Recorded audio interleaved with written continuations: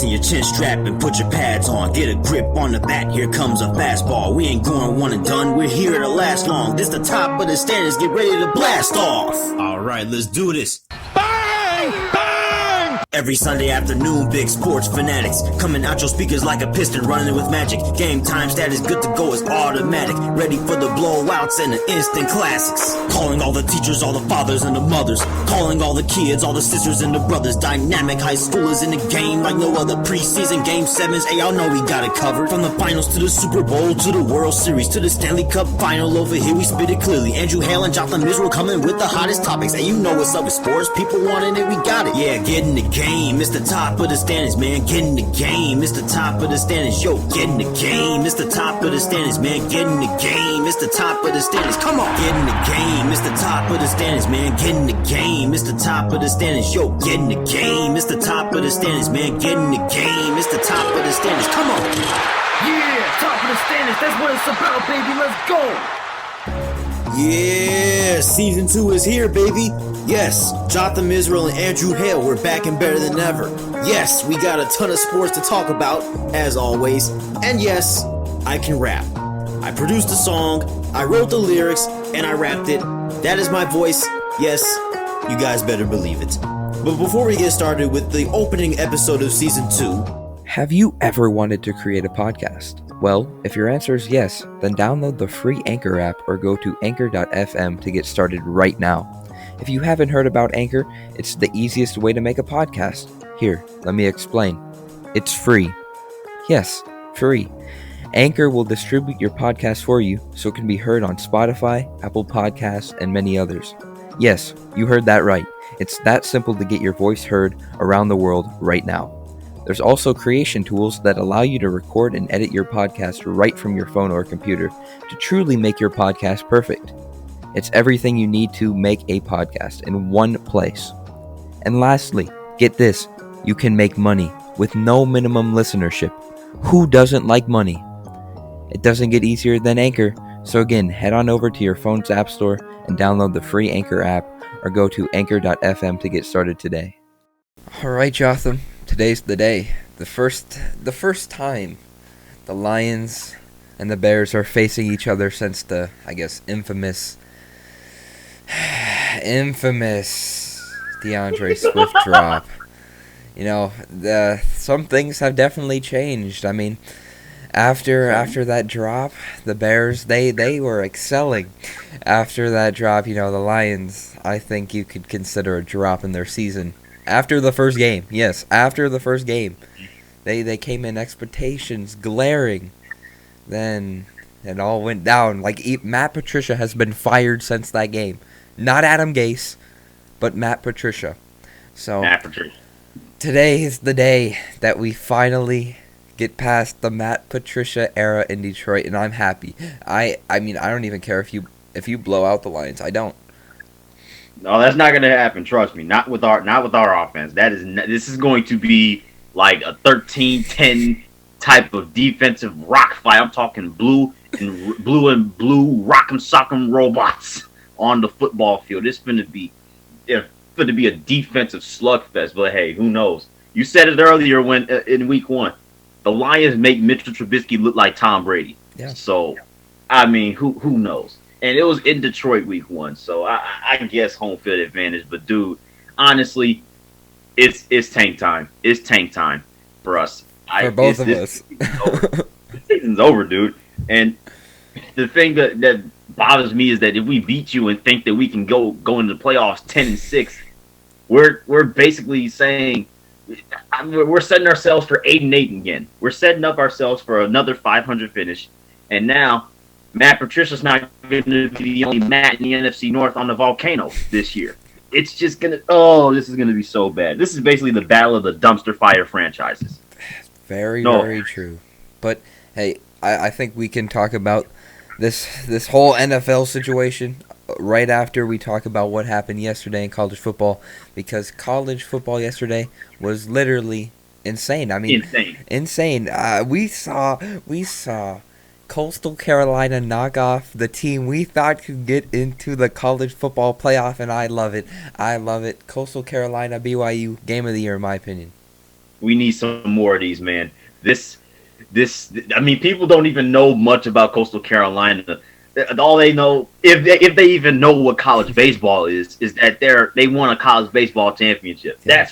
That's pretty much all people know. If they even stumbled upon college baseball, but college football, they're like, who is this?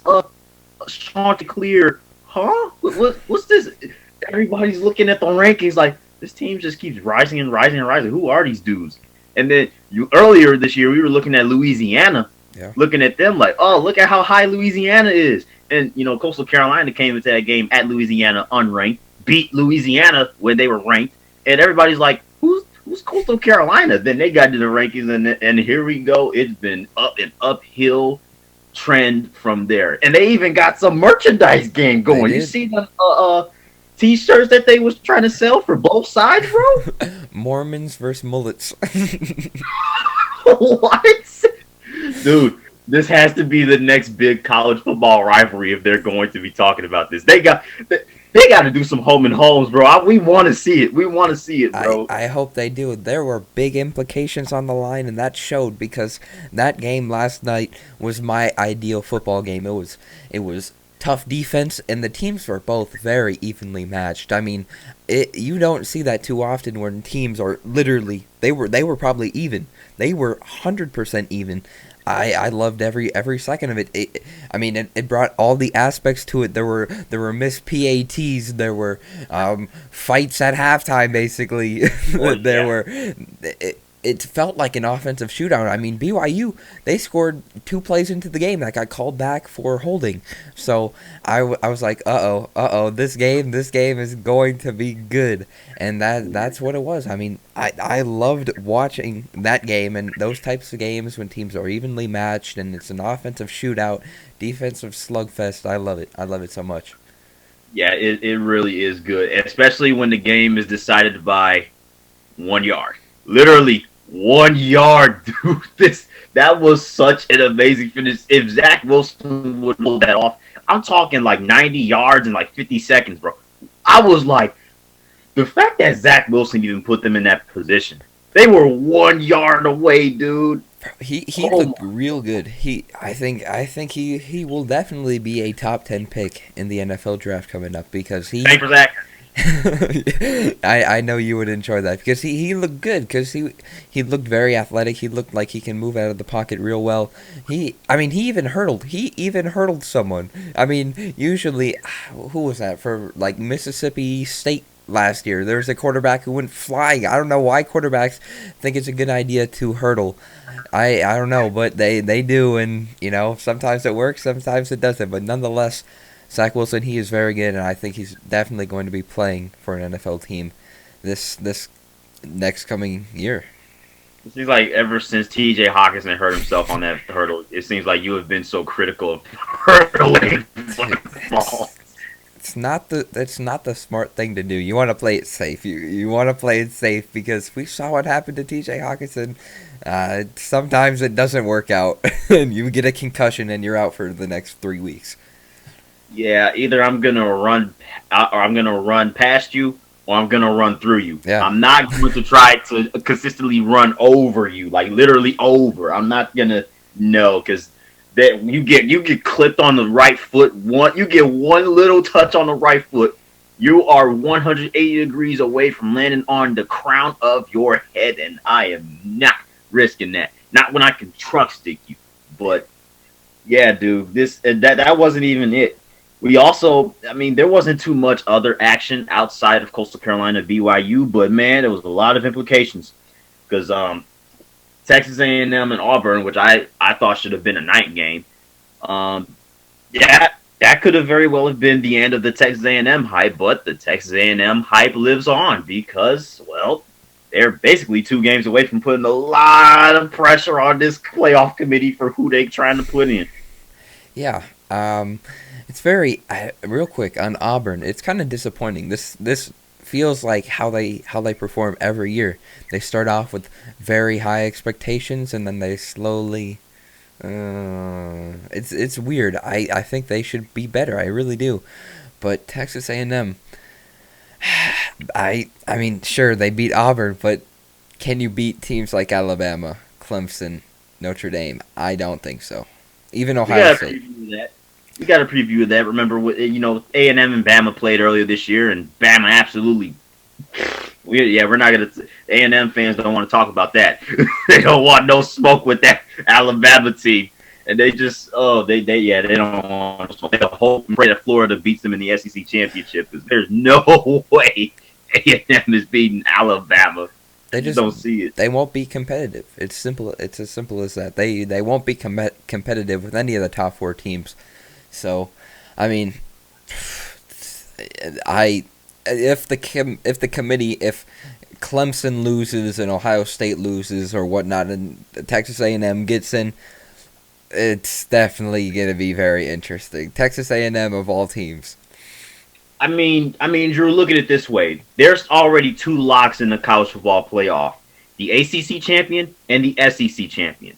Because, well, I mean, technically Florida has one more game to play, and that's versus LSU, but look at LSU. No.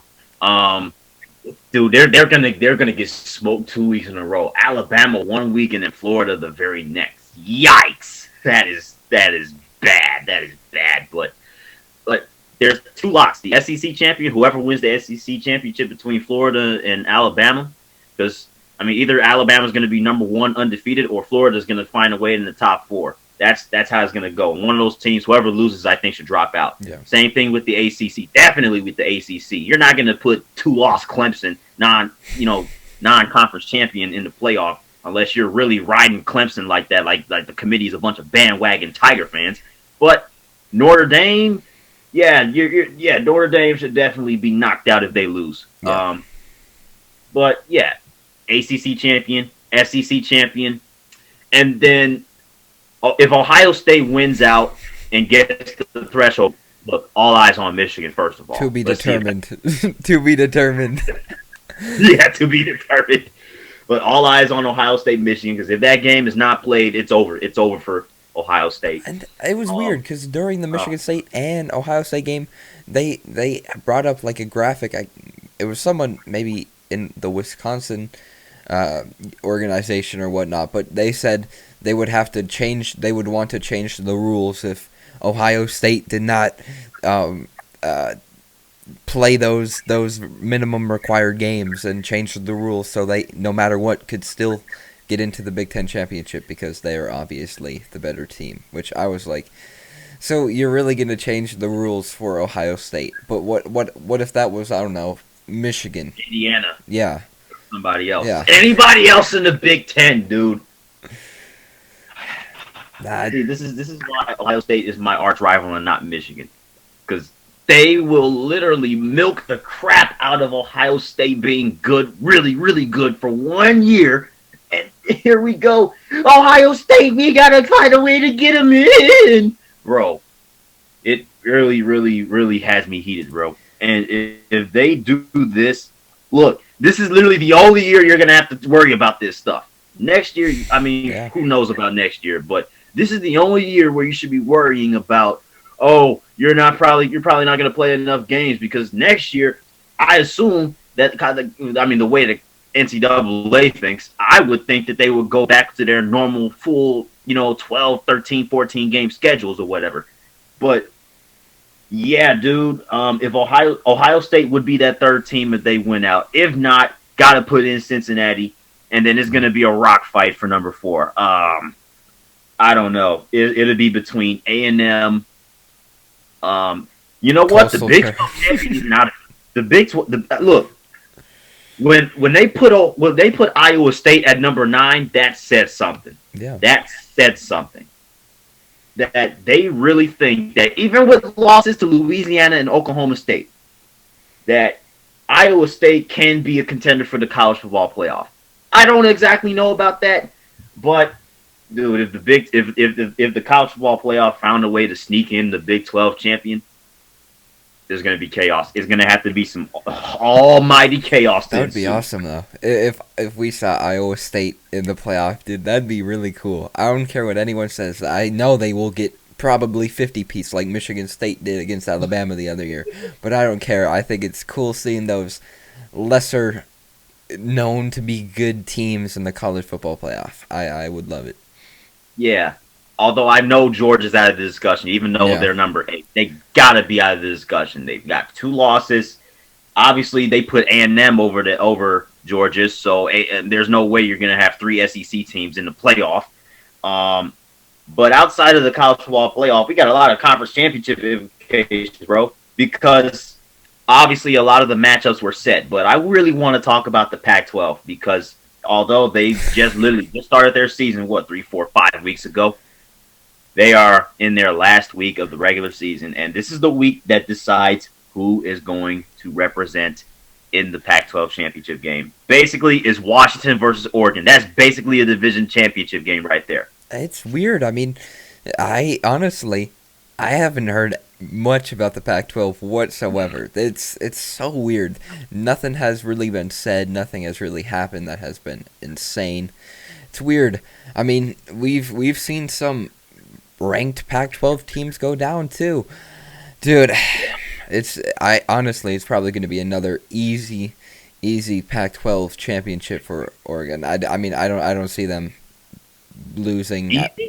I would say easy, dude. I mean, what do I know? I don't really follow the Pac-12, but that Oregon team, I mean, dude, I don't know. It's interesting because like I just said, there have been some upsets already in the Pac-12, but I don't know. I just see Oregon rolling once again.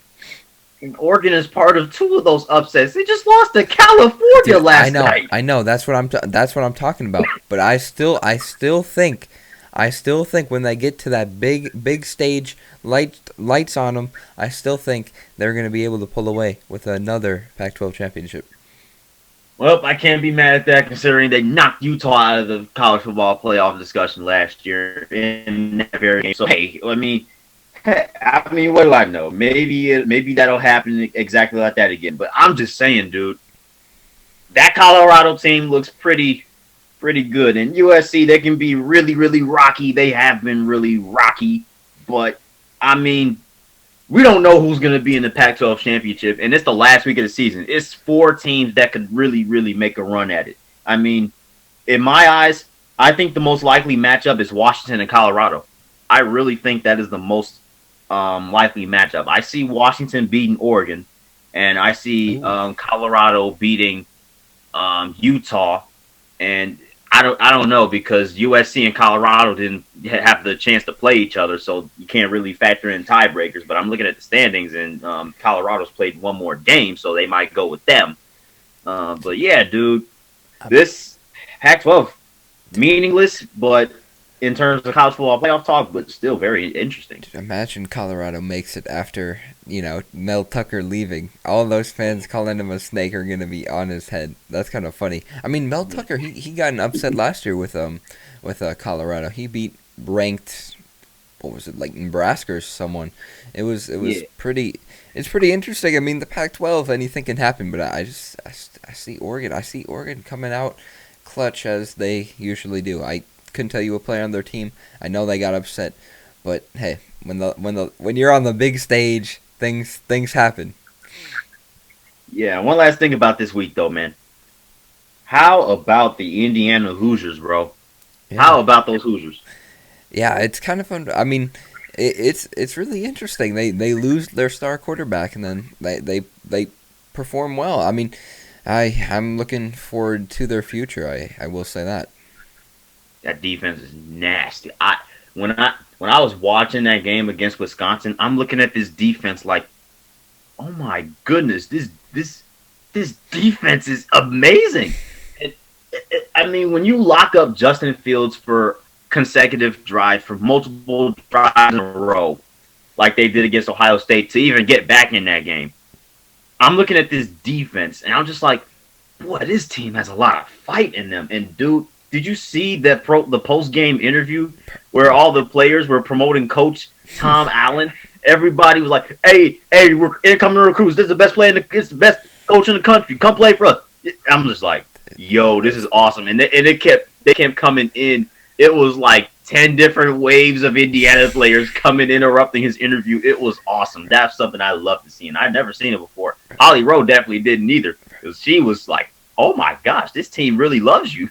That's funny. Tom Allen, that I know he definitely gets hyped up for an older guy. I mean, on the sidelines, dude, chest bumps players with full-on pads, goes crazy on the sidelines.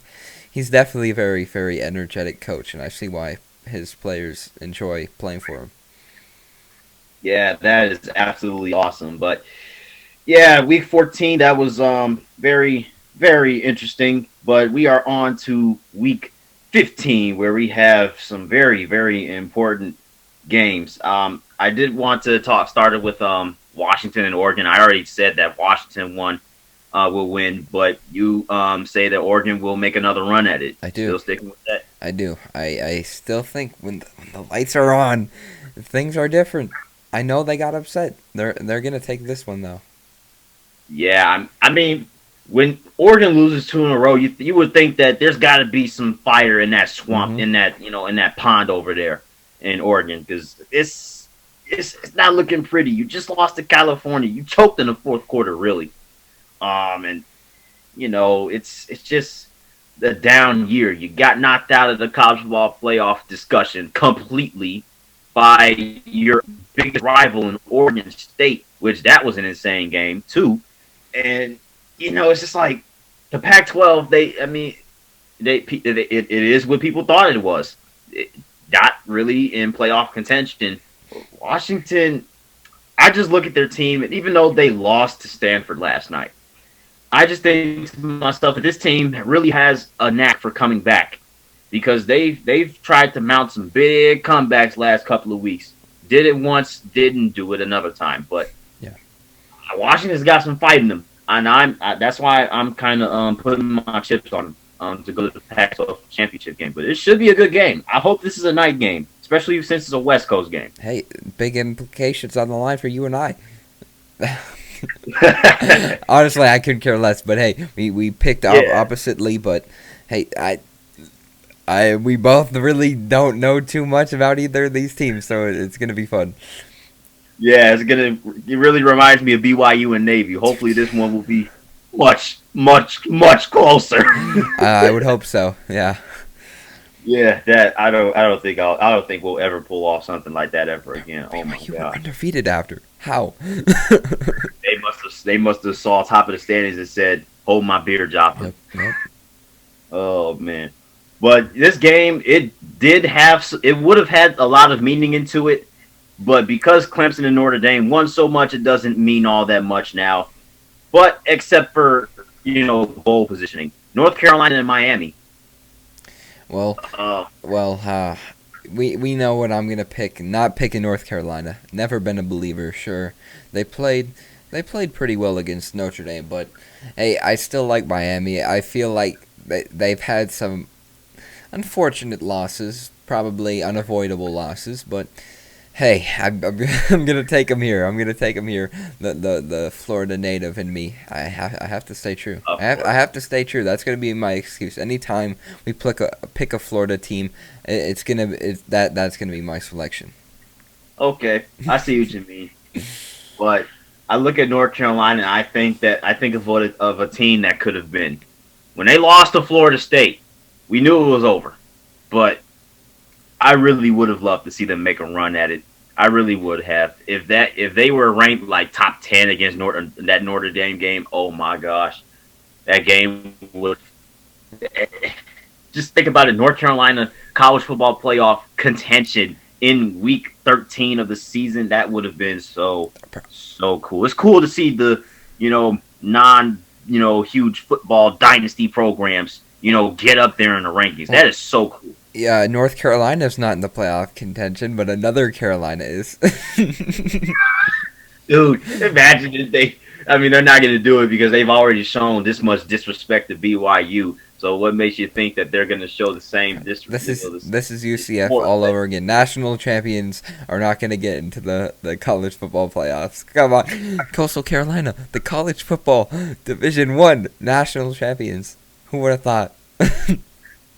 Clemson wins the national championship, they're going to have another season where one group of 5 team is the only undefeated team in the nation. That would be absolutely insane. Legitimately undefeated. Yeah. I'm not talking about those 3-0, 4-0, 5-0 teams. Like legitimately undefeated, because Coastal Carolina has played 10 games and they've won all of them. Yeah. Currently. So, yeah, that should be that's exciting. But going back to Miami, yeah, I'm not picking North Carolina in this one. I'm sorry. Miami, look, I'm not gonna say it's gonna be a blowout, because North Carolina's offense still has that explosive, power behind his back. But I just think in a shootout, because I think it really is going to be a shootout. I'm talking at least 40 points from both sides.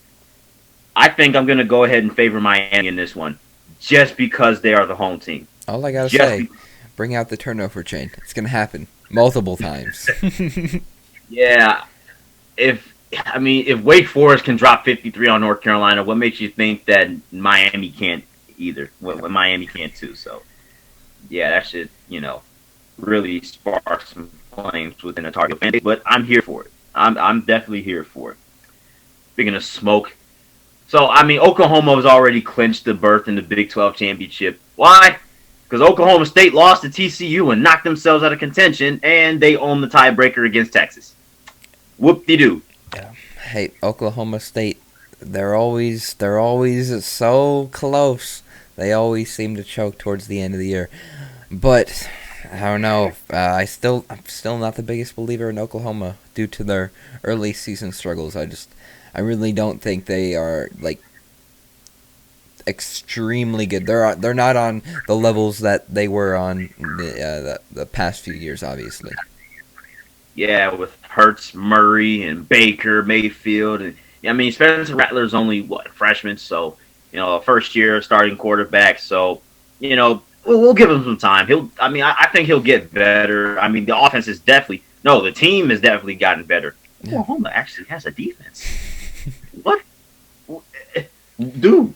Look, once Spencer Rattler gets more accurate and gets on the level of like a Baker Mayfield and the previous Sooner quarterbacks before him, dude, if Oklahoma keeps this defensive intensity up, I think we might have to consider them as serious national championship contenders and not just serious college football playoff contenders, because I thought they were absolutely down in the dumps first 3 weeks of this season. Lost to Kansas State, blew a 21-point lead to Kansas State at home, number 3 team in the nation. You blow a lead like that to Kansas State and lose 2 seasons in a row as a top 5 team to them.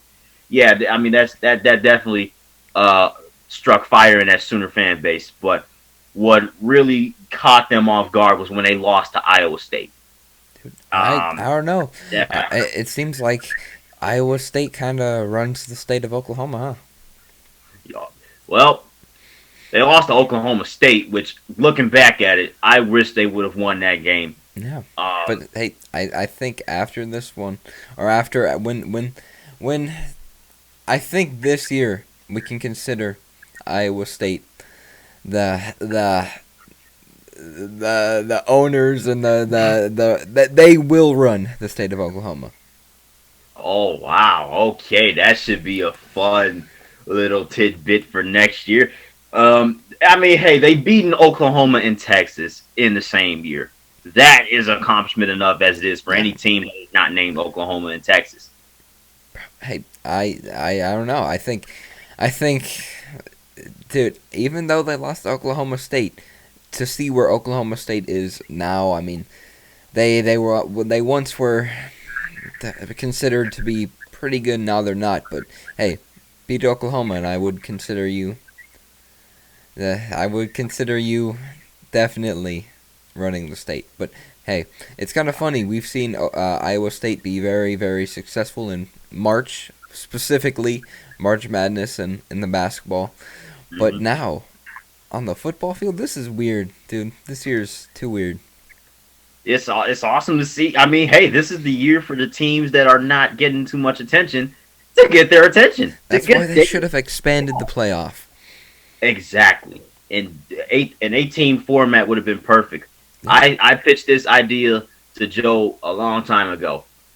since you have the New Year's Six bowls that give you the most revenue and the most attention, and they're your 6 big boy bowls, how about having 4 of those bowls as your quarterfinals, 2 of those bowls as your semifinals, like you do now, and then 1 random location for your national championship, like Miami or New Orleans or Santa Clara. It's just a random location for your national championship, like you always pick it. Yeah. That would be the most efficient way to not only make sure that your New Year's Six bowls are extremely efficient all the time and important, even more important, but you would also get the fans absolutely juiced for those matchups. Yeah, if I just want to see it expanded, dude.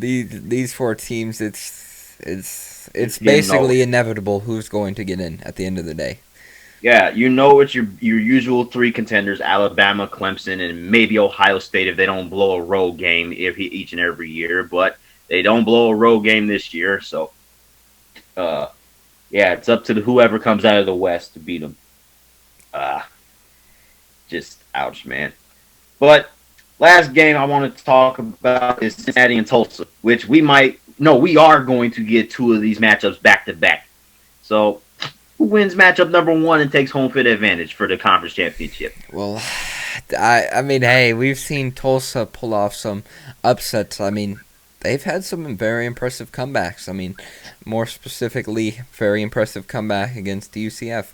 But hey, I just Cincinnati, they were very close to getting, I wouldn't consider an upset against UCF. They won by like 2 points, I believe.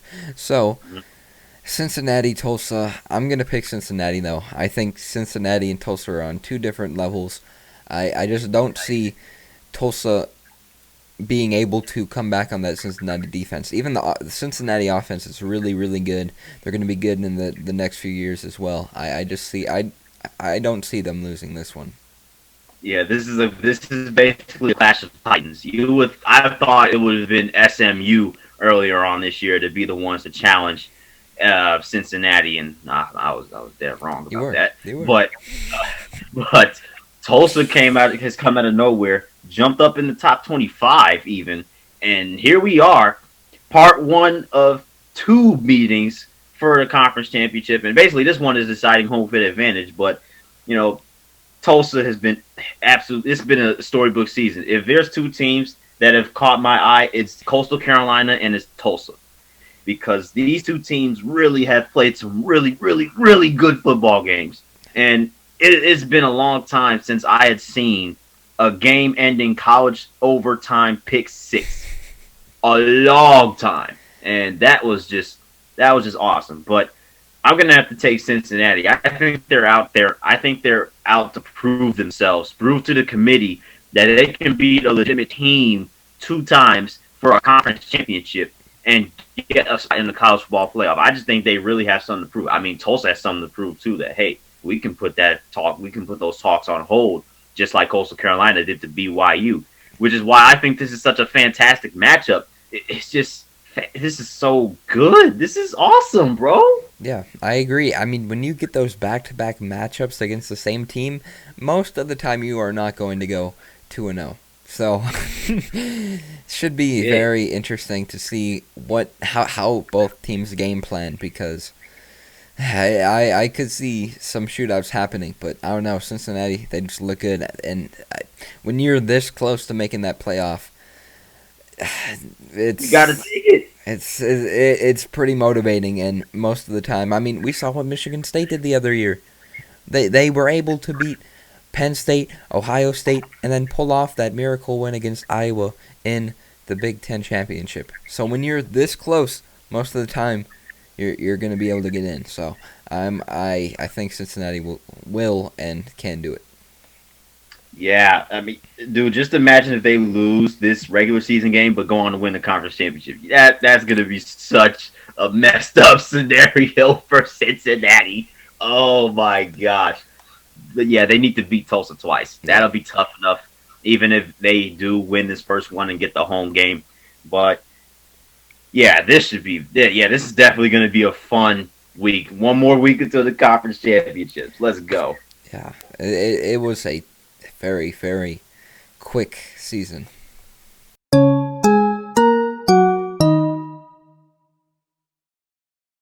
Dude, I think we have to talk about this past NFL week because, in my opinion, I think some teams really had some. This was a bad week, dude. Some of these teams had some pretty bad moments, some bad losses all around. Real quick.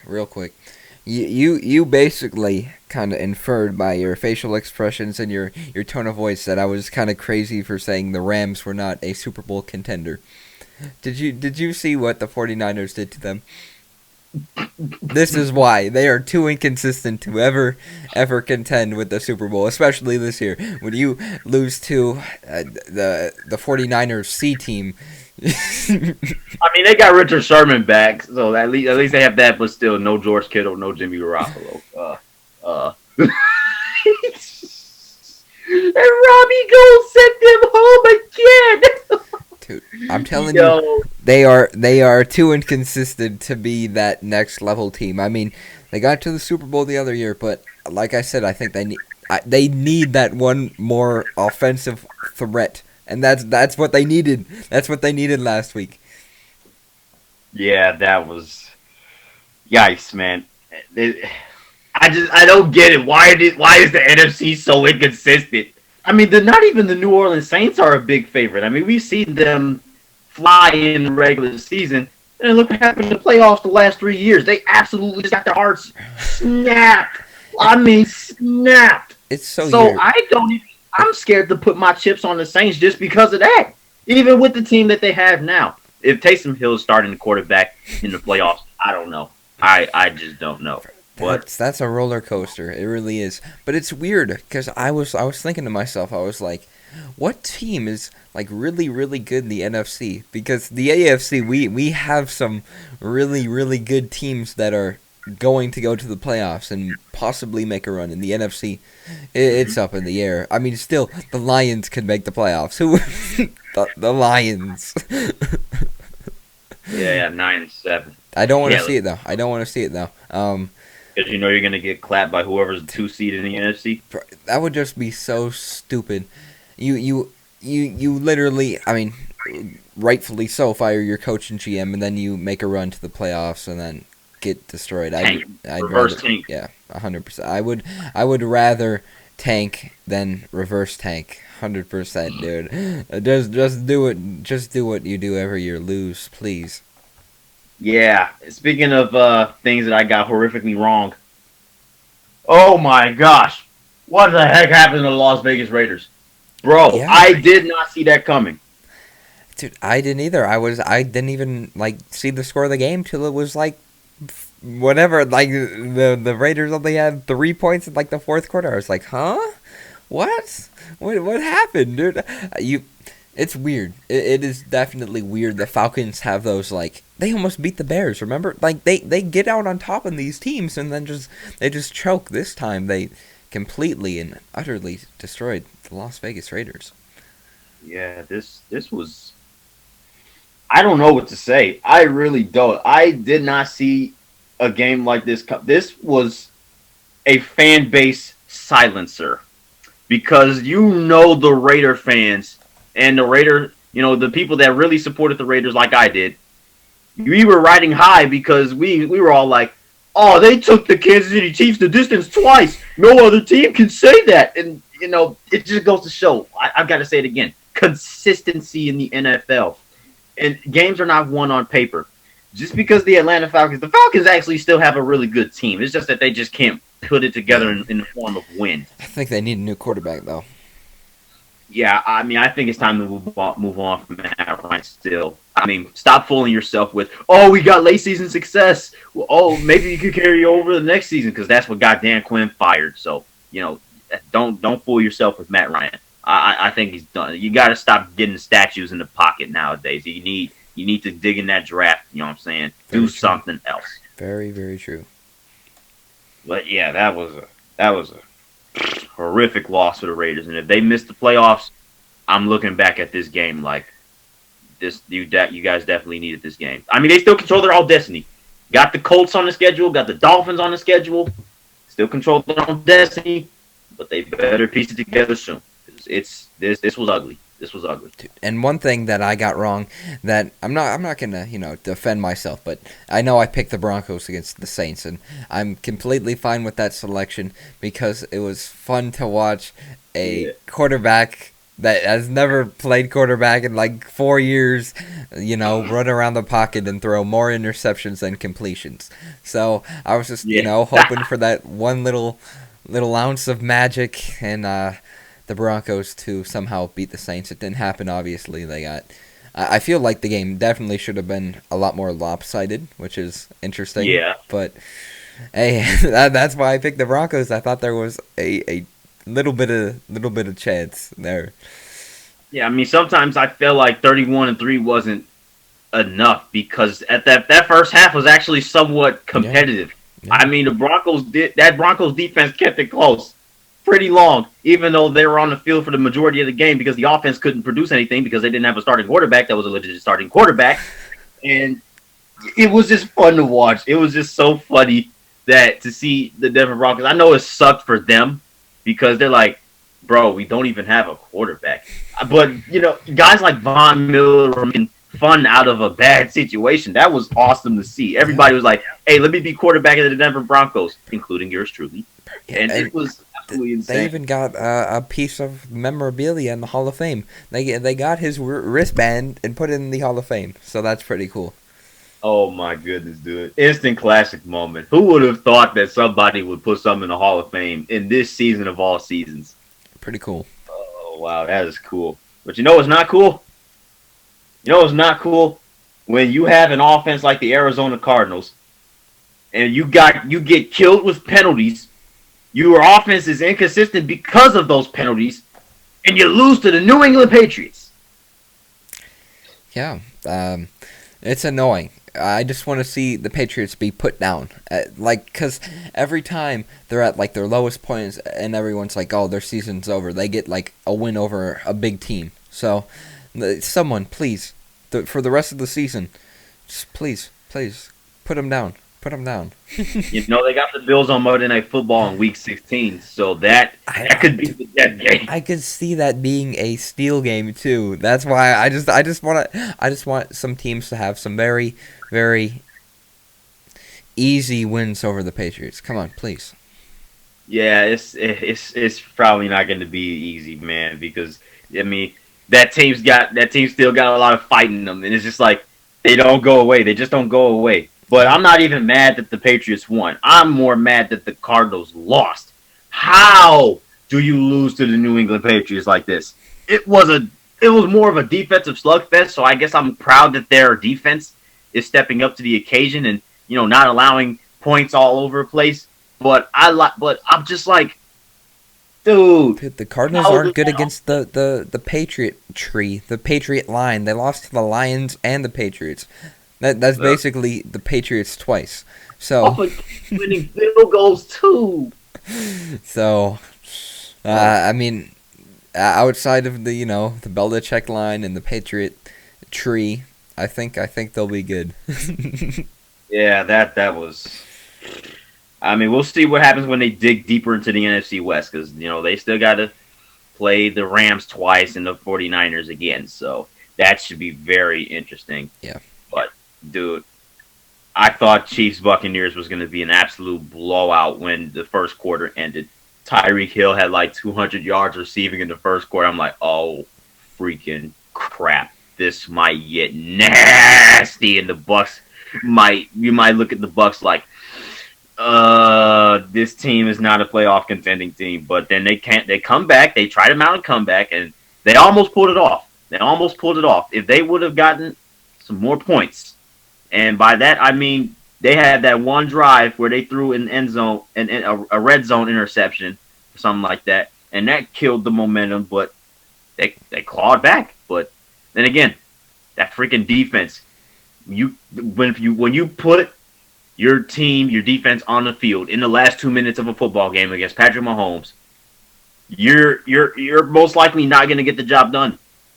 Yeah, you're most likely you're not.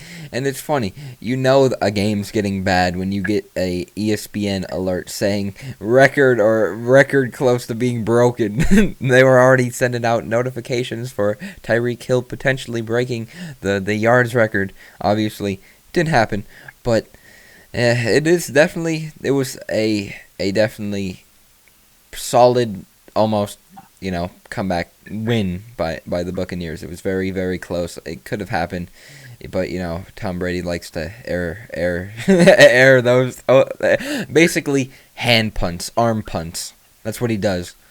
Deep balls, interceptions. They gotta stop getting off to these slow starts because they're not gonna win games against true teams like this. Now I think they'll win out. I don't think they're gonna lose another game in the regular season because they got the Falcons twice, then they got the Lions, and then they have another team that is not really that good. The Lions should have waited to fire Patricia after the game against the Bucks, because we remember what happened the other year. The Lions were actually able to beat the Patriots. So there might be, like, I don't know, they might be, stealing plays. Obviously, they're not stealing plays, but hey, if that's what you got to do to beat the Patriots, that's what you got to do. Nonetheless, I definitely agree. I think the Buccaneers will probably, most likely, and will win out. Yeah, but you know who won't win out? Definitely not this team. Definitely not this team. Or this actually, I could see this team winning out. I could definitely see this team somehow winning out, because that's what the Lions are. They are too inconsistent. They are terrible, and they're terrible enough to win out. Who would have said terrible and win out in the same sentence? I will, because it's the Detroit Lions. Anything is possible. Yeah, but back to the Chicago Bears. It's time to pull the plug on Mitchell Trubisky. It's time to pull the plug. I'm sorry. It's time to fire. It's time to fire. I'm sorry. I was about to say Matt Nagy, but hey, who knows that Nagy's on the hot seat. I was gonna say. I was like, this already. That's kind of crazy. They need to restructure that offensive line. They have got to get rid of Mitchell Trubisky. That is priority number one. And there is a reason why. Look, I have a 10 on, but it's not for Mitchell Trubisky. It's for me. Okay, fans? I am not wearing a Mitchell Trubisky jersey right now because of this very reason. The dude is not our long-term quarterback. Wow, dude. That Sunday night demolition of the Green Bay Packers, that sums up the season. That pretty much summed up the season. We were frauds all year long. It was so bad to watch, bro. And the pregame show, they were hyping up Mitchell Trubisky like it feels like a different Mitchell Trubisky. Mitchell Trubisky, he's really prepared, got a lot of energy, blah, blah, blah, blah, blah. Dude, they made a meme out of his freaking pregame fire-up speech. Dude was looking at him in the huddle like, this dude is not it. Yeah. I saw the meme. I saw a meme of one of the defensive players or someone, like Mitchell Trubisky was talking, and then the Bears player in the background was like, "Huh?" Terrible, man. I don't know who has it worse, us or the Eagles, because the Eagles are pretty bad. That is a very good comparison. Very similar situations. I don't know. Probably you, because the Eagles did just win a Super Bowl, but they have Jalen Hurts and potentially could do something, but the Bears, they have a little bit older Nick Foles. Yeah, I mean, it was nice to get Foles in there, but I think he's gone. Wow. Too. So you think it's going to be clean house? Just get everyone out. I mean, unless we're going to try to draft a quarterback and season him behind Nick Foles might have to go. I mean, I like Nick Foles, don't get me wrong, but he's just probably not fit for this organization, with considering that the situation that they're in. Yeah. Not applicable because like that. The Bears, you're right. They really haven't rebuilt. Like they really haven't. Sure, they've had some pretty terrible years, but they've also had some very good years in the past decade. So I don't think they've They've like officially rebuilt and cleaned house.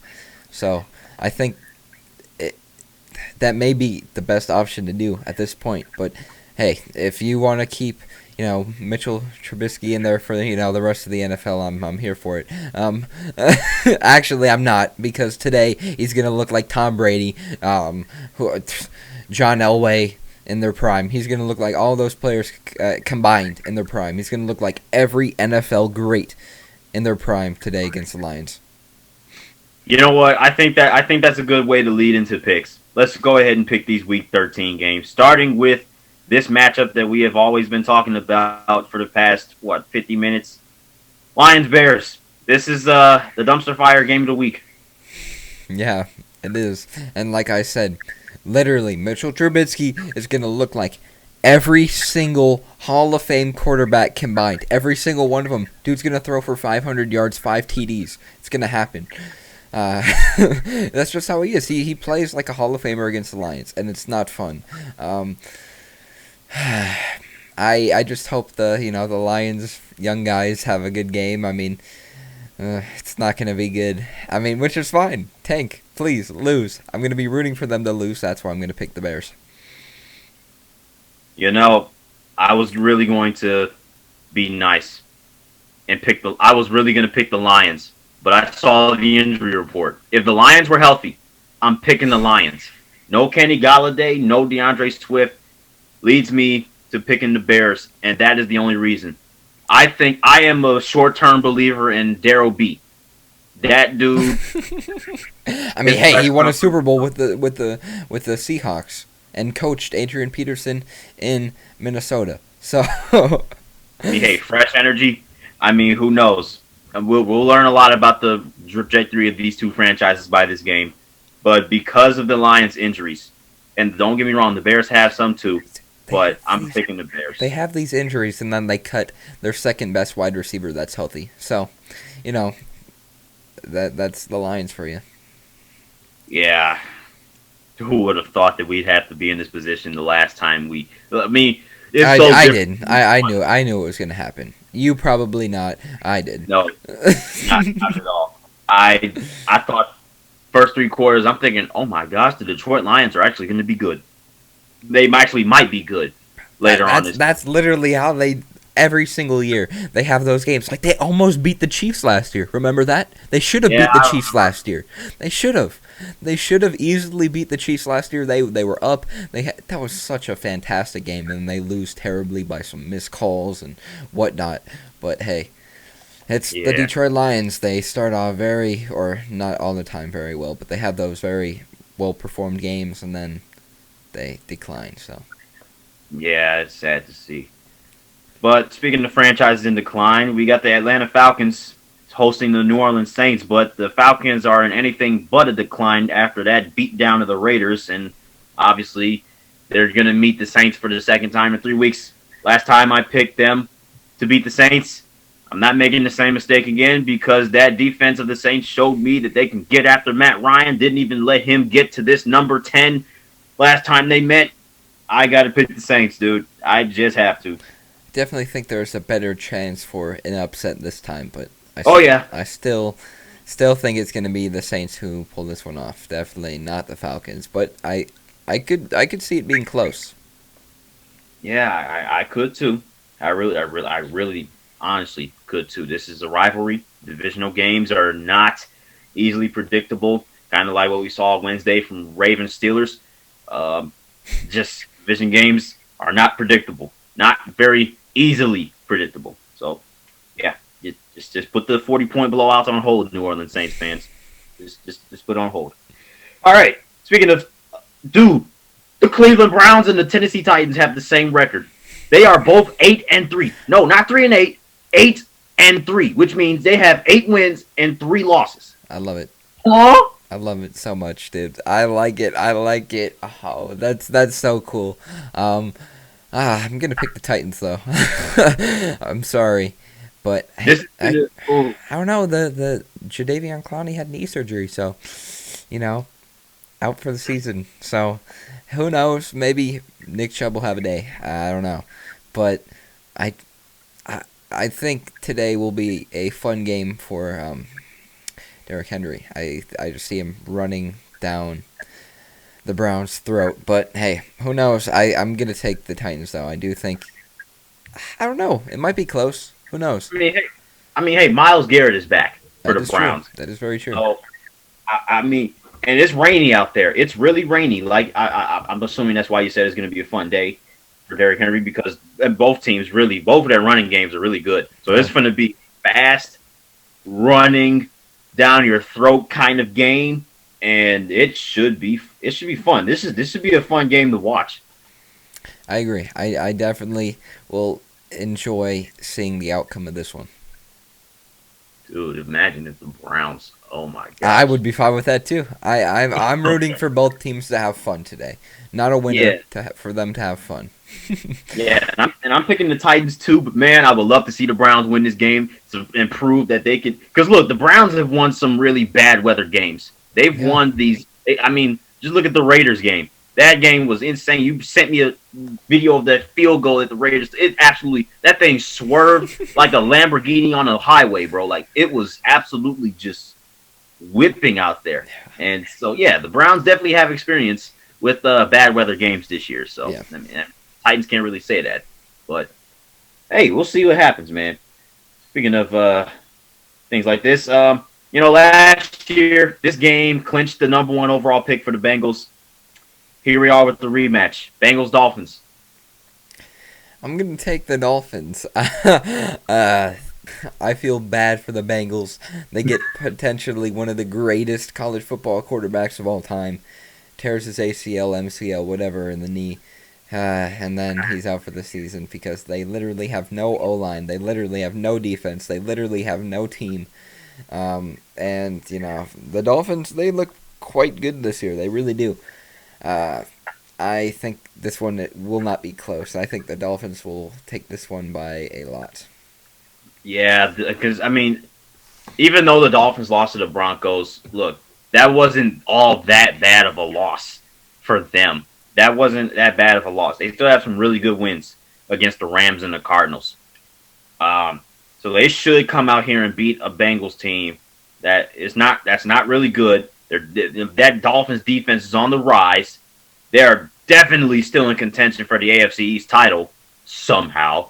Even though they have a much rougher road ahead than the Bills do, they can still really make a run at it. And it starts with this win against the Bengals. I'm picking the Dolphins too. Yeah, I 100% agree. And since we're talking so much about playoff runs, I thought the Vikings were dead 5 weeks ago. Yeah, I'm kind of wrong. They are literally one game away from taking over the wild card spot. Are you serious? It's kind of that's weird. I still don't really think they're good. I don't either. I don't know. They seem to be as inconsistent as any other team this year. But who knows? Maybe they'll pull this one off. I don't know. I couldn't tell you. But what I can tell you is that the Jags, they'll play well. They won't win. Yeah, I see that same thing happening. Although they did push the Green Bay Packers to their limits. That's why I said I think they'll play well, but they can't do this. They're not going to win. Yeah, and Mike Glennon is going to I think he's going to be out there again, and we'll see how he plays. Obviously, he used to be a Bear, so I'm kind of familiar with him. Tried to season Mitchell Trubisky and stuff like that. Look what that turned into. But anyways, yeah, really well, yeah. But this reminds me. Remember when we were picking? We were picking games back in like week 5, and I was really on some bold stuff. And we were picking games like Jaguars-Texans after the Texans fired Bill O'Brien. I knew this was coming. And we picked Falcons-Vikings as well after the Falcons fired Dan Quinn. And I said that the Falcons and the Texans will get wins because of fresh new faces in the coaching staffs. And I said that the Vikings were on the same level as the Jaguars. I was half right, half wrong. the records definitely don't prove that they were on the same level because Minnesota is somehow in playoff contention. But we shall see if I was really, really on the money with the fact that they are basically two teams down in the dumps. Yeah, it's kind of funny because both of these teams could easily have the same record right now. I mean, the Vikings, they started 1-5. The Jaguars are 1-10. So it could have easily been the Vikings 1-10 as well. So I'm gonna pick the Vikings though. I think, as I said earlier, the Jaguars will play well. They won't win though. They will not win. Yeah, I'm gonna go ahead and pick the Vikings too. They need it. They just need it. Yeah. I mean, Dalvin. They just need it. That's all I gotta say, man. If the Vikings lose this game, debunk the franchise, delete Kirk Cousins. Just you gotta do something. I know the defense is young, but you cannot pay a quarterback like this just to go below 500 like this. You just don't do that. Yeah, you don't. I mean, it can happen. It can happen. I'm calling bounce back. I am calling bounce back. The Raiders will beat the Jets, even though it's going to be a bit closer than I would have liked. I don't think the Raiders will stoop down to the lowest of lows and lose to the Jets.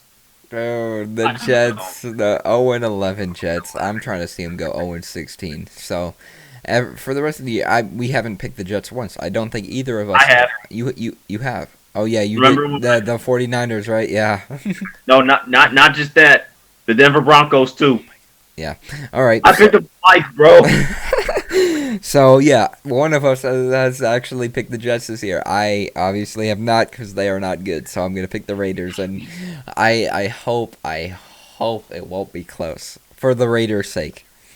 Yeah, because last week it was bad, but the Falcons aren't as bad as the Jets. Not even close. This Jets team is bad, and if the Raiders even remotely have to go down and score a game-winning touchdown, if it even comes down to that, I'm going to be scared about this team's playoff hopes. If I'm a Raiders fan, I am scared about this team. I just want to see this team blow out somebody so I can regain confidence from that Atlanta thrashing. No pun intended. Yeah, I hope it happens today because I like the Raiders. I know you do as well. So I hope today's the day that they have a nice, easy, clean win. But, it kind of scary. Speaking of nice, clean wins, I don't think the Colts are going to get that against the Texans, but I still think they'll still win the game. The Texans are on the rise, dude. Let's be honest. I mean, Deshaun Watson is having a really roller coaster season in terms of emotions and I was going to say, he played the Lions, so let's not get too ahead of ourselves. That's an easy win. He beat the Patriots again. So, yeah, I mean, the Texans, they're not tanking. They cannot afford to tank because the Dolphins own their pick. So, that they have no room for tanking. They might as well just put their guys in and win now. But this game against the Colts, it should be very interesting because the AFC South has always found a way to produce high-quality games over the past few years. And we've had different division champions, quite a few times, with the Colts, like mid-2010s and, with the Texans, certain years where they had J.J. Watt in his big prime, obviously Deshaun Watson coming along. Then you had, the Titans, making their case for, division champions. And obviously don't want to leave out the Colts either, again. So, yeah, I mean, this game is a trap game for the Colts, but it could really go either way. It depends on how the Colts defense handles Deshaun Watson. It really does. Yeah, I don't know. I just see the Colts taking this one. I mean, they've had some good wins. They've also had some very tough losses. But this is a game that they should win, and I think they will win against the Texans. So the Colts will take this one. I think it will be very close, but they're gonna take it. One upside for Houston is that they have David Johnson back. from my heart, bro. Like that really matters, dude. I still am incensed for Texans fans that they made that trade happen. Oh, so bad. That is they basically gift wrapped a wide receiver in his prime to the Arizona Cardinals for just I'm not gonna get into it. It infuriates me. But I will get into DeAndre Hopkins going up against Jalen Ramsey. That should be a very, very interesting game. I really hope D-Hop just embarrasses Jalen Ramsey. I'm not a Jalen Ramsey fan. I'm really not. I'm not. You don't like Jalen Ramsey? Dude, he's annoying. He's a pest. He is like Seahawks Richard Sherman. But you like Richard Sherman? Not my. You like him more than Jalen Ramsey? Yeah, 100%, dude. Jalen Ramsey is annoying, and I hope D-Hop can embarrass him. Sure, he's a good player, dude. He's a pest. He is a pest. All he does is talk and then gets burned. So. Whoa! I agree with the first part. He does talk a lot, but he doesn't get burned all that often. It's more often than not, I would say. I mean, him and D-Hop have had some pretty interesting battles over the years. And thank God they're division rivals again, because, that was gold what we saw in their Jaguars and Texans days. Now we get to see it in the NFC West. And you know what? In this first game, I'm going to pick the Arizona Cardinals. I am going to pick the Cardinals because, and it's not because I don't trust the Rams after losing to the 49ers. It's because I think that Cardinals offense will jump back into what we think they are and what we think they can be, even against this Rams defense.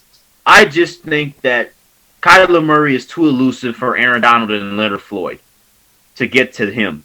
I think Kyler Murray is a bit too elusive for them. And I think that secondary outside of Jalen Ramsey, cancel out the Hopkins and Ramsey matchup. I think I'm taking the Cardinals receivers over that Rams secondary. And, I think... What'd I say?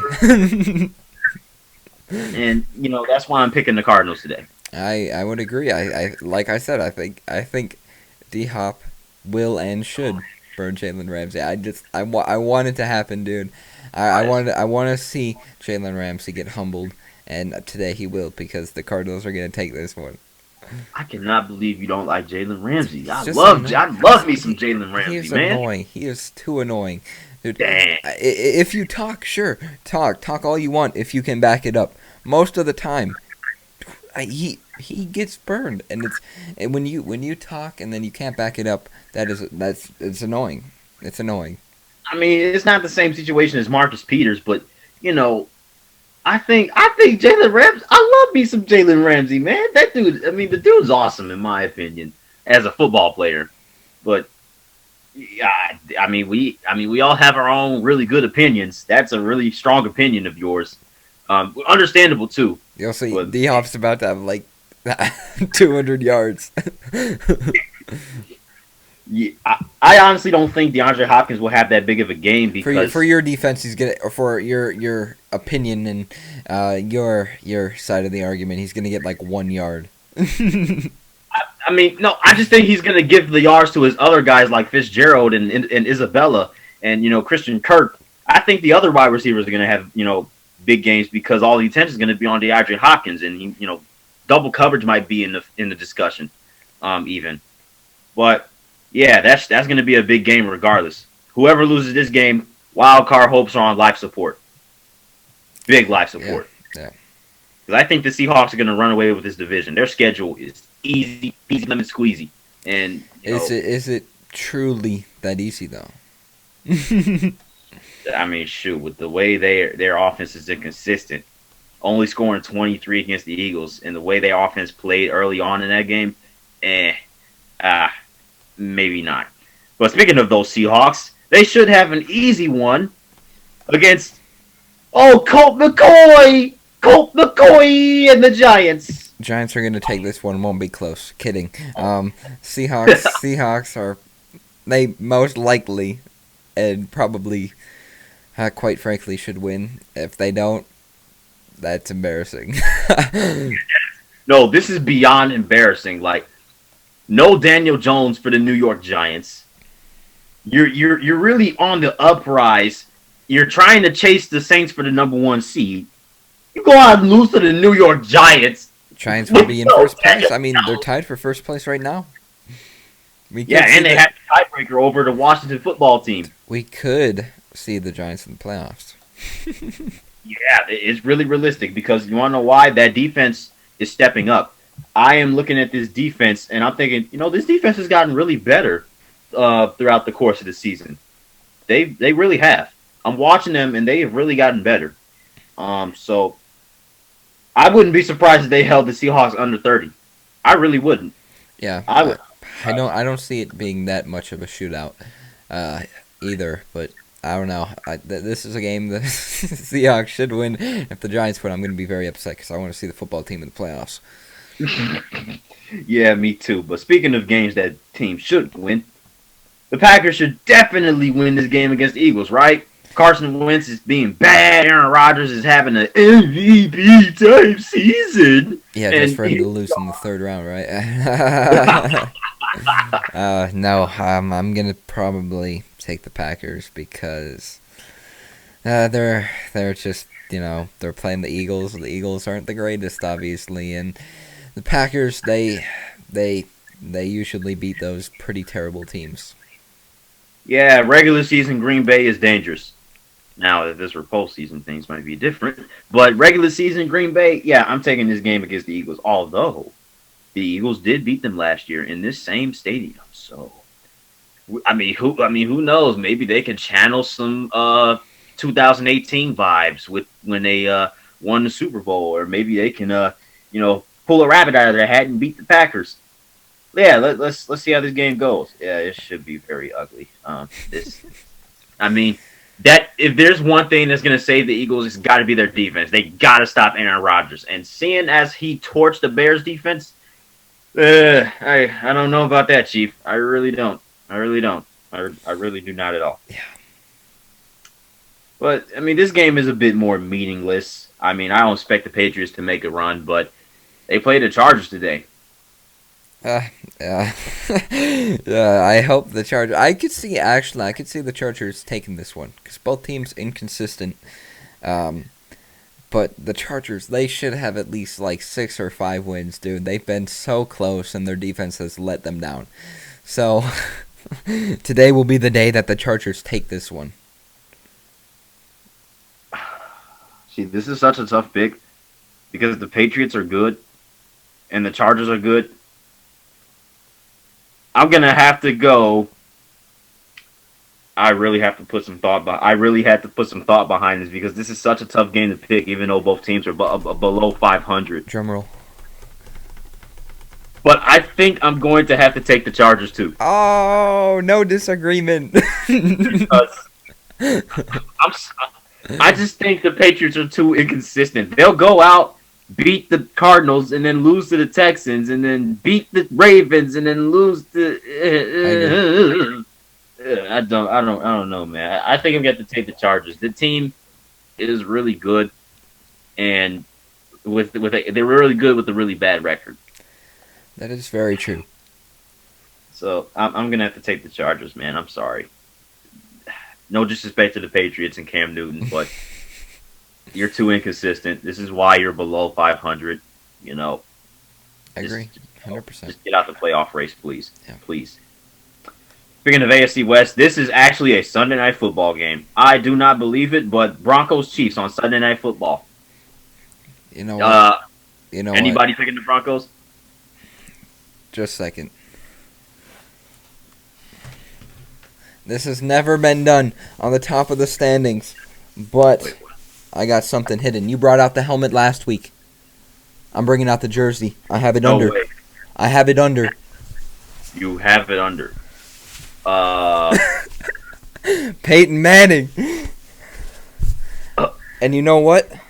With that being said, I am going to pick The Denver Broncos only if Peyton Manning came out of retirement today. So, I was about to say, you are making the boldest of picks these past 2 weeks.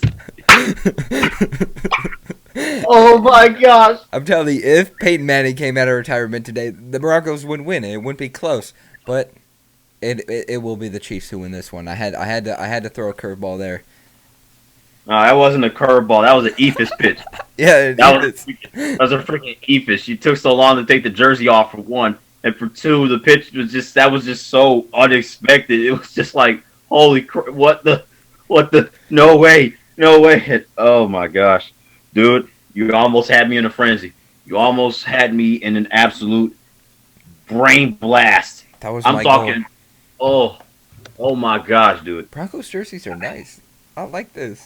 Yeah, the stripe is not that bad, isn't it? I do like it. Stripe's not bad, Yeah.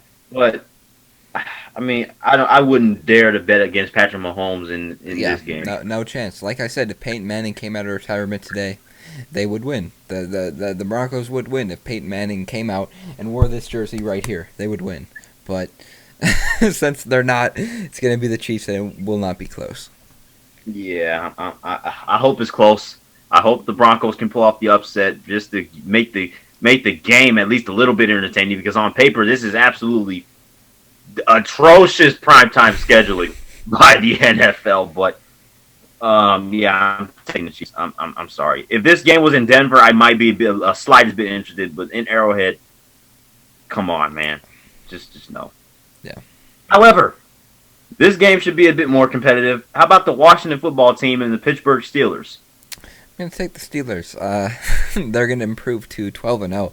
I hope it's close. I could see the football team putting up some points to make it kind of interesting. But Big Ben is 4-0 against Washington in his career, so. I'm going to pick the football team in black and gold because, yeah, I'm going to pick the Steelers. But yeah, I knew that was coming. I mean, I think the Washington football team has a realistic chance to win this game because A, the Pittsburgh Steelers literally just played Wednesday, and B, they're coming off lopsided periods of rest. I mean, the Washington football team hasn't played since the last Thursday of November, and the Steelers just played four days ago. So that's not that much rest for the Steelers. Yeah. And Washington, they're not that terrible of a team. Don't be mistaken. Their team is they're making progress. They're channeling that 2018 Washington team where Alex Smith was 6-3 before what happened, and they're not terrible. I could easily see them beating the Steelers because, like I said, the Steelers have a terrible habit of playing bad against bad teams. So I wouldn't be surprised if Washington even remotely made this close. Yeah, I hope that happens. I don't know. I mean, it's kind of crazy that the Steelers have a fantastic chance to go undefeated. It's so weird. Yeah, but you know what? There is gonna be a rough stretch to do so because they got 3 games in 12 days. They won the first one barely against my boy Trace McSorley, who threw his first touchdown pass. Stop disrespecting my boy Trace McSorley. He throws it on a dime and he doesn't even try. He's from Briarwoods and he wears number 9. Let's freaking go. I was so hyped when he threw that touchdown, bro. My homie hit me up. He was like, bro, now they got their third string scrub. And I was like, hold on, bro. He ain't no scrub. Don't talk to my boy Trace McSorley like that. He ain't no scrub. He has the best completion percentage, minimum 3 attempts in the entire league. Oh, yeah, I was so hyped. Yeah, I'm so hyped, bro. But, yeah, I think the Steelers will win that game. But how about this game? This was a game that stood out to me when I looked at the schedule back in March, and it got more attention this week because the Niners are on the rise again, and their playoff hopes are back. This game against the Buffalo Bills. This is 50-50. I like the matchup a lot. I really do. I just like looking at the preview. I mean, both teams look very nice, dude. I'm gonna take the Bills though. I really am a believer in the Bills. I do really hope they can make some noise in the playoffs. And I think today they will continue. I mean, they've lost 4 straight on Monday night, but I think today will be the day, or tomorrow will be the day that they can finally get over the hump and beat the 49ers. I think I just like the Bills too much. I think they're going to take this one. It'll be very close. It's going to be very close. But I'm going to go ahead and take the Bills too. Look, the 49ers are back. I think their team got really, really good. That defense has found its old self again. Locking up Jared Goff the way they did, they might do the same to Josh Allen. But I think the Bills will have just enough. They've gotten healthier over the weeks. So, yeah, I'm going to take the Bills. You know what? I'm going to take the Bills. I hope the Niners defense plays top-notch defense, dude. I hope they play the best defensive game they've ever done. I'm trying to get Robert Saleh to Detroit. Oh, that's why. Dude had the politicians going for the people say sports and politics don't mix. Well, they clearly do in Detroit. Bro, Michigan legislators they're trying to get Robert over here. I am too. I mean, from Michigan, come on. Yeah, I mean, come on. Let's do it. Let's do it, dude. Yeah, let's do it. I'm ready. Bring Sherman with you too. That'd be amazing. Okay, how about Cowboys Ravens? Should this even be close? I don't think so. Dude, I kind of see this being close, and it's not. I mean, who would have thought? It's kind of an ugly game, but I'm gonna take Baltimore. They've had a very, very rough stretch, but I could see this one being close, and I kind of could see the Cowboys pulling this one off. Every single team in the NFC East has a backup quarterback starting, so. Except for the Eagles. Well, pretty soon. But shoot, that might pretty change. soon. Dude, if Jalen Hurts is a solidified starter, NFC East is bona fide the worst division ever. You have all backups. It's the all backup division bowl. It is. I hope the Ravens take this one, though. I really do. Yeah, I really hope the Ravens do win, and I think they will win. But if they don't win this game, their playoff hopes are done. You hear me? Their hopes are done. Sad. Because if you lose to the Dallas Cowboys, this Cowboys team, what makes you think you're going to go turn around on a short week and beat the Cleveland Browns with an extra day of rest? That'd be cool. I would love to see the Browns, beat the Ravens. That'd be awesome. But, dude, that's going to be... Oh, my gosh. That Monday night game is going to be the game of the week. But, yeah, I got the Ravens getting back on track against the Cowboys. If they don't, their fan base is going to be hot. This has been a terrible stretch, like you said. Bro, the Hardballs are taking heat. Yeah. John really did talk that smack against the Titans, though. That's what really killed this team's vibe. They didn't even shake the hands either. They didn't even shake hands. Oh, man. Okay, last game for this week. This is actually a Super Bowl rematch. Patriots-Rams. Fun. Two very inconsistent teams. I'm going to take the Rams, though. Inconsistency that's somewhat consistent is better than inconsistent inconsistency. What? You know what? It made kind of sense. It made a little bit of sense. Yeah, it makes some sense. I'll agree with that. I'm gonna take them too, man. I'm gonna take the Rams too. That they'll score a touchdown this time. Hopefully. Yeah, no, they will score a touchdown. Okay. No, you can book it. You can book that they'll score a touchdown. Okay. But yeah, that's picking NFL Week 13. Holy smokes, man! This playoff race heating up. Yeah.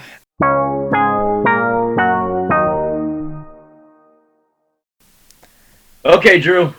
Time to name our MVPs and our LVPs. My MVP for this week, believe it or not, is Knicks guard Austin Rivers. Now, why am I giving this award to Austin Rivers? Because he is actually embracing his role as a player for the New York Knicks, and he is saying that hey, he acknowledges that all these teams are picking up all these good players, getting the good recruits, and free agencies. All the good free agents are going to the already good teams because they want to win and stuff. But Austin Rivers went ahead and said, you know what? Why not be a part of something special in a place that's not doing so well? That earned my MVP award. Austin Rivers loves, obviously he is awesome. The dude is awesome. He's an awesome personality, first of all, especially when he plays against Doc Rivers, his dad. Those matchups are awesome. Did you see his dad? His dad literally told the 76ers to not go after him in free agency. Oh my gosh. He literally he told the Sixers to avoid his son. That's sad, man. Why don't you want to coach your son, man? That's insane. But how about your MVP?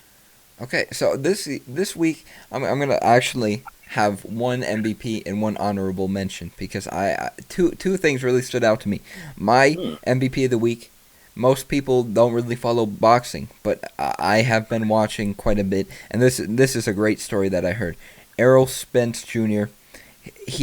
About a year ago he got into a car crash, where he was actually thrown from his vehicle. So it was a terrible car crash. He got hospitalized. A year later, he comes back, and he wins the welterweight belt by unanimous decision. That just really impressed me.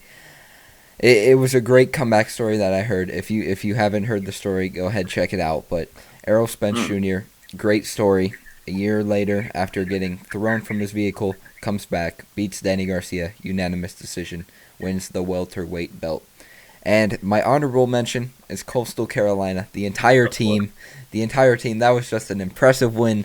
No one's really even considered them a good football program, and here they are, came out, beat undefeated BYU, improved to 10-0, and they're looking for a New Year's Six bowl.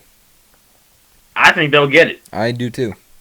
I think they'll get it. Now look, for Coastal Carolina, don't you come out here and get all this hype and all this attention and turn around and lose to Troy. That is the one thing I do not want to happen.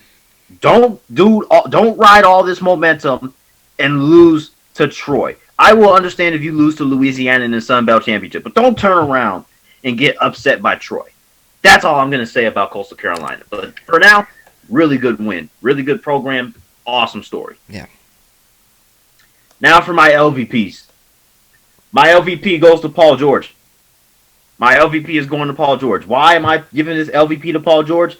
Because he threw Doc Rivers under the bus for what happened last season and their absolute collapse.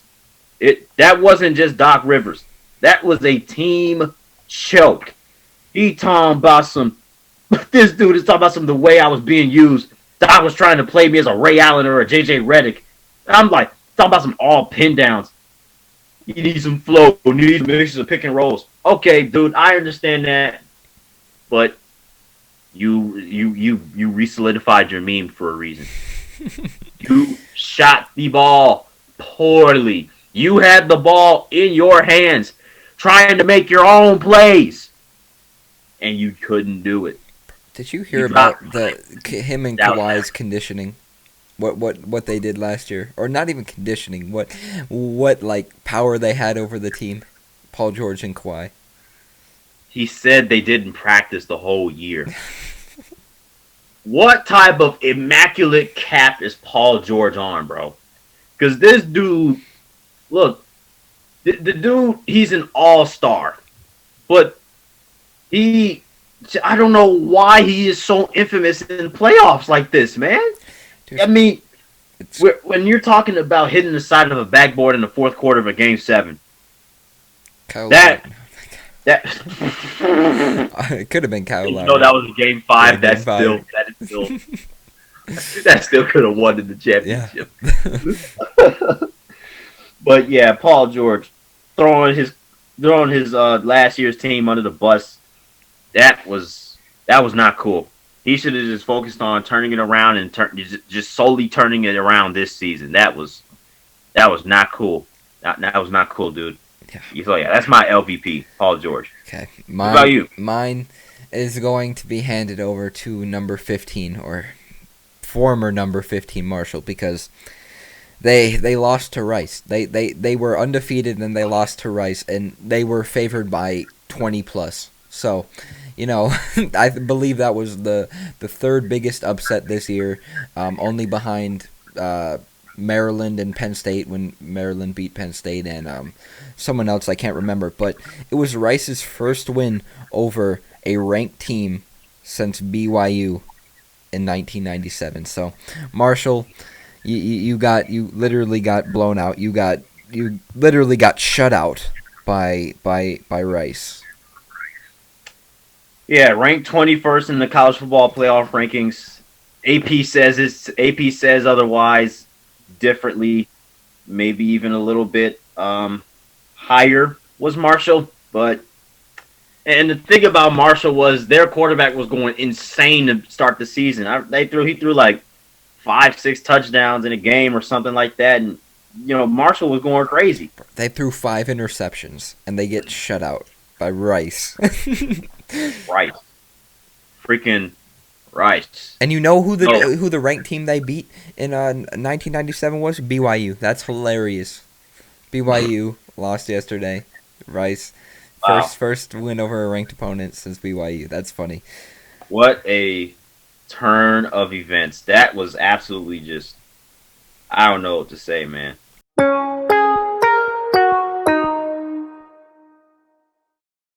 I do want to talk about the MLS Cup.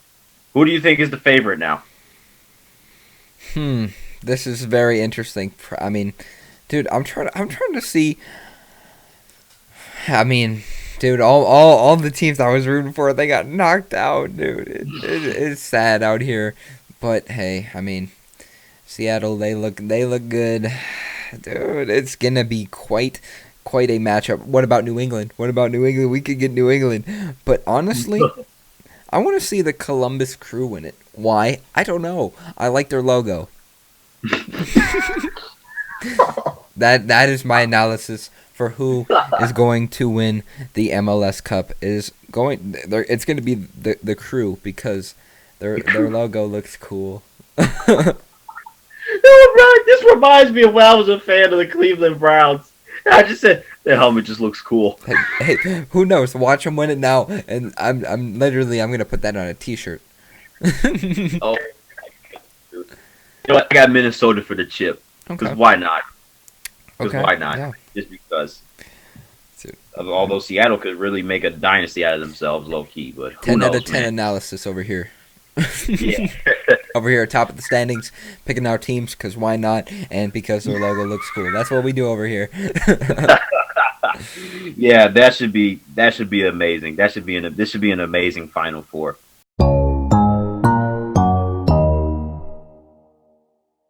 I did have a trivia question for you last week. I asked you how many times were top 5 teams beaten by unranked teams in the 2019-20 college basketball season. Well, obviously my answer was a lot and double digits. A lot in double digits, huh? You got a number in mind? Nope, just double digits. Just double digits? Just double digits. Well, how about I double the double digits? Because it happened a whopping 21 times. I feel like that's kind of surprising, but not, because there were so many upsets last year. Obviously, you just said the number, but like it seemed like it happened every other day. You want to know why it seemed like it happened a lot?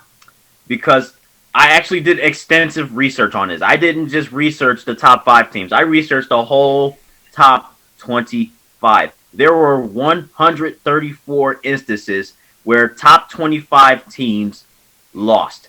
131 of those came at the hands of unranked teams. The only times that ranked teams lost to another ranked team was when Kansas beat Baylor, and there were 2 others that I can't remember off the top of my head. But literally, probably and also Michigan State. And you want to know something? You want to know something else? I broke this down too. There were more times where a team ranked 1 through 5 lost.